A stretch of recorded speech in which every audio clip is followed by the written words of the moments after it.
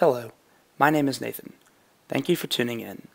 I hope that by the end of this film, you will have a concrete understanding as to how MTV, the music industry's powerhouse at the end of the 20th century, wound up faltering once the internet explosion came along. Furthermore, I hope to explain in part how today's medium for music consumption arrived at its current status by exploring the factors that have left music streaming services, specifically Spotify, in its dominant position as the industry's leader in musical consumption. T-minus 10, 9, 8, 7, 6, 5, 4. We've gone for main engine start. We have main engine start. MTV and Spotify have compelling histories, both of which played off of new technologies and individually flipped the music industry on its head. Much the same as MTV revolutionized music for the television era, Spotify and services like it have revolutionized music for the digital era. Music consumers once had to tune into the radio and hope they enjoyed what came on. Otherwise, consumers and their dollars would go to a record store to buy the latest album from their favorite artists. Up until the internet boom, content discovery was mainly word of mouth, as humans played the predominant role of influencers in the musical realm. MTV, however, offered a way to bridge the gap between televised content consumers and music consumers by airing music videos of both popular as well as up-and-coming bands in order to spark the interest of younger generations. This functioned to drastically change the medium in which individuals consumed and discovered music. During the late 1970s, John Lack envisioned MTV as a visual radio station and a channel whose programming could defy the typical format of traditional commercial TV. He was the executive vice president of programming and marketing at Warner Amex Cable Communications. Clearly this was a good idea, but the reality was that MTV's launch was not exactly smooth. Most of the operator executives in the cable industry did not quite fall within the 14 to 30-year-old target audience that MTV hoped to accommodate. In response, Lack stated, "We're combining the best of radio, music, stereo, and sound, the best of TV, the pictures, to give viewers something they can't get anywhere else." So take a second to put yourself in a cable executive officer's shoes. Would you want to take the risk of replacing one of your 12 existing channels with a music channel that you probably don't relate to? Who knows? But fortunately for Lack and his team, the decision to go with MTV was made and the channel launched on August 1st, 1981. There are many factors that led to MTV's successful growth as the market leader for televised music broadcasting, and it is important to explain how they established a monopoly in distributing such valuable content. First off, the channel was unique and the first of its kind to enter the industry. The development of specialized cable channels in the 70s, such as HBO, ESPN, and Nickelodeon, contributed to the segmentation of American television audiences. This made cable channels attractive to certain sets of advertisers. Though despite the rise of these channels, there was no channel that catered directly to young adult viewers. Second, MTV branded themselves extremely well. Having founded that the typical music video viewer was in their early 20s, educated, affluent, and a suburban target, channel executives decided upon the bold and iconic color-changing MTV logo. In fact, the first music video that was aired on the channel was no other than the Buggles' "Video Killed the Radio Star," with exploding radio sets and rock and roll beats. Finally, decision-makers at MTV knew what their target audience wanted. Robert Pittman joined Lack in 1980 to help launch this music television channel, and in response to many criticisms, he simply stated, "Songs have a dark message. It's the essence of rock." 2 months after the channel's launch, Billboard magazine discovered through surveys that record sales had increased in geographical regions that carried MTV cable signals. And a 1983 issue of Daily Variety displayed how record purchasers were more influenced by MTV than by radio, concerts, or traditional television. Music videos also functioned to give music a new value as it can now be used for advertising purposes, where previously, musicians or bands were restricted to endorsements of products, assuming audiences already knew who they were.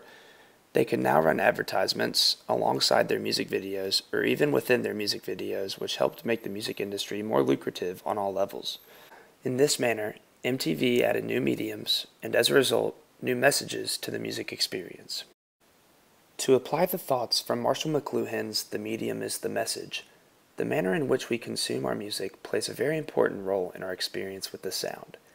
I believe McLuhan would make it clear that the musical notes and accompanying voices that enter our eardrums are not in fact the end result of a song, but rather he would display how outside factors at the time of consumption result in a holistic experience. For example, the message a song from an FM channel portrays is that which the radio station's DJ wants us to hear, or how the tacky drunk couple making out 20 yards away at the Rolling Stones concert plays a vital part in the consumer's experience with the music. With the advent of music television came the first alternative medium to experience actual performances by artists, where previously listeners needed to pay for tickets and go stand among a crowd of other concert attendees, although to many individuals this is a major part of the experience. Not only could music lovers now watch their favorite artists perform from the comfort of their living rooms, but an entire nation of music fans were united. In 1983, Rick James charged the company with racial practices for their consistently offensive decisions to play only white rock artists. MTV's sensation in the early 80s provided the channel with a great power in the music industry. And what comes with great power? Great responsibility. The channel achieved its initial success by sticking to Pittman's format.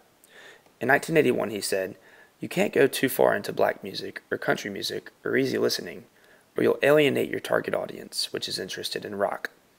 The terms black music and white music had become accepted phrases by this time as a result of the radio's distribution to specific genres and demographics.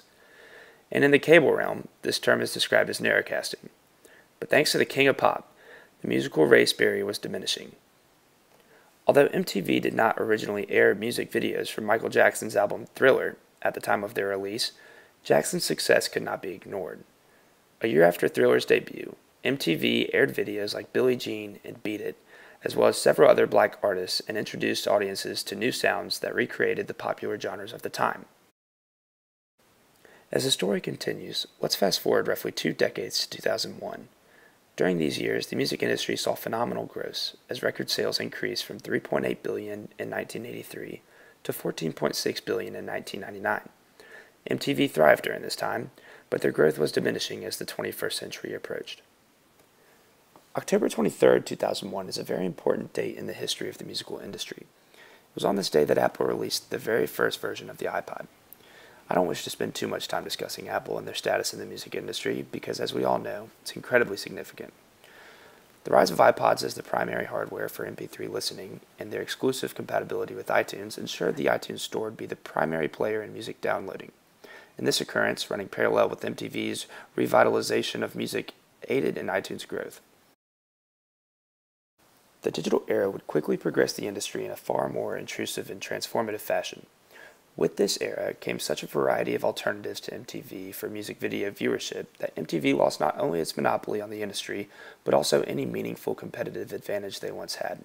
And by 2002, the music industry had decreased nearly $2 billion. Now, try to understand that a lot of moving parts in the industry were taking form all at once. However, I would presume that MTV's degradation began when illegal streaming services like Napster in 1999 and Rhapsody 2001 were launched, as these detracted from the music video to record store experience. Next came platforms like Pandora in 2000 and eventually MySpace and Facebook, which provided alternative means of content discovery. Arguably, the greatest competitor for MTV was YouTube, because it gave users a way to find new music and provided a unique medium to watch music videos. MTV then, of course, was no longer necessary for music discovery, as people could go online, watch whatever music videos best matched their tastes, and no longer needed to abide by the structure and schedule of television broadcasting. Still, as we look back and reflect upon what has been discussed so far, it seems as though the industry's leading player in music distribution surely could have made strategic moves to survive the internet outbreak.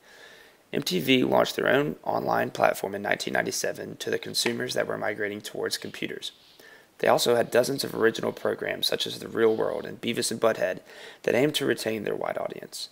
But no matter how vast the network that MTV had created, the transition to the digital medium that we know today is best summarized by Spotify CEO Daniel Ek, who stated in 2012, "Convenience quite often wins." Digital libraries and music formats, as well as e-radio services and piracy, successfully destroyed the physical music industry, for the obvious reasons of convenience and cost-effectiveness. But the e-radio services, mainly Spotify and Pandora, have functioned also to slowly kill a different industry. Whereas MTV expanded on the record and downloading industry, Spotify makes them unnecessary, as owning music has now become unnecessary. Similarly, they are slowly killing traditional radio, as they offer music more flexibly and intuitively. Not only can you pick exactly the artist you want to hear, but these services then offer a mode of discovery as they suggest similar artists that commonly align with your tastes.